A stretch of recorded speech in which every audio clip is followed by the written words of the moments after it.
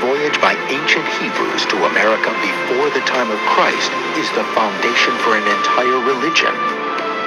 Now, could blood evidence prove not only that they were here, but that they're the ancestors of modern-day Cherokee? Israel, 600 BC, 2,092 years before Columbus. Elsewhere in the world, Pompeii is founded in Italy, later to be destroyed by the eruption of Mount Vesuvius, and the Mayan culture is flourishing in Mesoamerica. In Israel, Jerusalem will soon be taken over by the Babylonians and the Temple of Solomon destroyed. Ancient Hebrews are fleeing, but where to? The thought of early Hebrews coming to the New World has been a topic of a great deal of discussion going all the way back to the 19th century. The Church of Jesus Christ of Latter-day Saints is based in part on the Book of Mormon, which tells how a prophet named Lehi and his sons built a boat and sailed it to America around 600 BC. Artistic renderings often depict it as a type of ark with sails, but there was another type of ship Israelites were using at that time. The Roman ships that the Hebrews would have used had they made such a voyage would be solid, built, round-formed hulls, heavily framed, that is, thick-ribbed, carrying a square sail with a high elevated bow and stern, capable of carrying all sorts of cargo and people. Lehi's alleged route would have taken him from Oman through the Indian and Pacific Oceans to the Central American coast. Even using ocean currents, the drifters suggest it would have taken 580 days. That's more than a year and a half. I don't think there's a question of ships making it. A vessel can make it with dead people. The question is whether people would make it in that voyage if it took a great deal of time or they had no way of knowing where they were going. Is made up of 606 feet, 606 feet, 606 feet, 606 feet. 606. It's made up of stades, exactly the same. Now, if that's not interesting enough, look at the angle of the Great Pyramid of Giza. If you take the angle of the Great Pyramid of Giza, the slope is 51.8 degrees. Let's go back to the earthworks. If you measure the line that goes straight through the center of the structure, right here, and then you go true north, it's 51.8 degrees. That angle is exactly the same angle as the pyramids of Giza. It is the same math, the same calculations as ancient Egyptians. Let me show you one more connection. In 1860, David Wyrick, he's a guy who surveyed the Newark earthworks. He was digging into a mound near those earthworks, and he found a wooden coffin made of oak. They opened up the coffin and found a skeleton of a man holding a little box that was about 8.10 inches in size. The box had been cemented shut here. This, by the way, is sitting in Ohio. Well, he opened up the box and he found a little man inside, a little black stone. They took it to scholars and they looked at it. The man seems to be carrying something, and there's writing here at first they couldn't recognize. The writing is, they thought in 1860, some sort of Hebrew.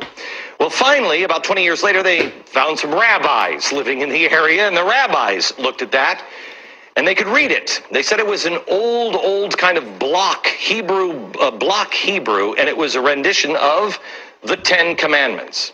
Now, this is another piece.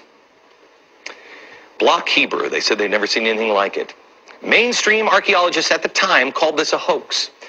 But then in 1900, or just about after 1900, in Israel, they found the same block-style Hebrew writing. Mainstream archaeologists still dismissed the findings. They found it in Israel, and they found it in Ohio. But there was another stone that they found that they couldn't argue. This is the Bat Creek stone. It was found during the course of an official Smithsonian evacuation. The Smithsonian didn't understand the meaning of the writing on the stone. They thought it was Cherokee, since it came from Cherokee country. They didn't realize that it's actually Hebrew. They had published this originally upside down. They threw it in a box at the bottom of the Smithsonian, put it in the basement. Many years later, a scholar took it out of the box, looked at it, and went, oh my gosh, it's upside down. It's Phoenician, ancient Hebrew. So what's going on here? What is that about? Where is that history? I'll show you in a few minutes, and we're going to have a conversation. I'm going to show you some more things that the Smithsonian, science, government, commerce colluded to erase. By the way, I want to thank the directors of the documentary Lost Civilizations of North America for bringing these stories to my attention. I was blown away. To find more, visit the website lostcivilizationdvd.com. Here's the thing we should be asking ourselves. I don't know the story of these. Do you know? Did you know that? Do you live in Ohio and did you know that? Why not? Were the American Indians wronged? Yes. Yes. And that's what we focus on in America, is we were bad to the American Indians. Forget about it. It's in the past. The question should be the ones that the founders asked. Who are they? What knowledge do they have? Can you imagine the difference we would have now if we would put our differences aside and put our past in the past and concentrate on today and say, let's learn from each other. What do you have? What is that? What is that? When we come back, I'm going to be joined by Peter Lilback, who is, I've told you before, is one of my favorite authors. He's going to talk to me a little bit about the founders here. And I'm also going to show you some documents that show how that history has been erased. Next. This is the Smithsonian Annual Report, 1882, 1883. This is John Wesley Howell. This is an original copy. John Wesley Howell in 1789. Again, Powell. This is the director of the Bureau of Ethnology at the Smithsonian Institute. He said this. Artifacts found prior to Christopher Columbus's arrival would be considered illegitimate by the Smithsonian.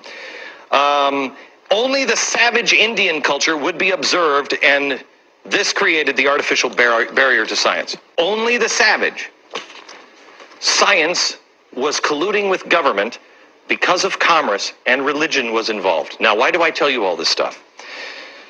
Not because I'm an Indian expert or anything else. You got to do your own homework. I just found out about this stuff. I'm amazed by it. I don't know what the answer is on this.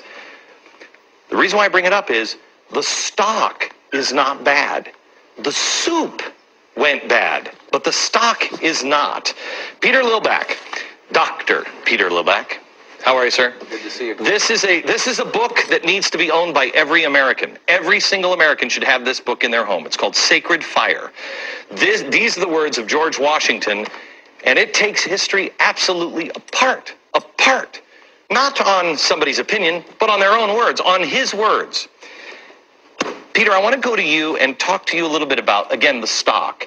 George Washington had a good relationship. Our founders had a good relationship with the Native Americans. Right? There's no question about that. When they came to America, they realized they could not survive without a close relationship with the Indian people. The greatest story, for example, is the Pilgrims who were blown off course. 800 miles out of their destination in Virginia, they're in Massachusetts. They land on ground, and they're in the middle of nowhere, no government. They make the Mayflower Compact, so they have government when they land. And there's no Native Americans there because a plague had gone through, but one person shows up. He happens to be a Native American that knew English. He'd actually been taken captive to England. He'd learned English. He'd gotten his freedom. He came back, his people were gone. The white settlers are there all of a sudden, and he meets them and he says, welcome. He speaks English. They couldn't believe it. The providence of that moment is extraordinary. They needed help, and there was a person there to help them, and he was a Native American. Right. And that creates Massachusetts. All right. Do I have time for one more story real quick? No? Okay, hang on, because I want to come back and talk about, William Penn. Because William Penn said something when he was working with the Indians that is critical to understand the truth, I think, about America. And we'll do that next.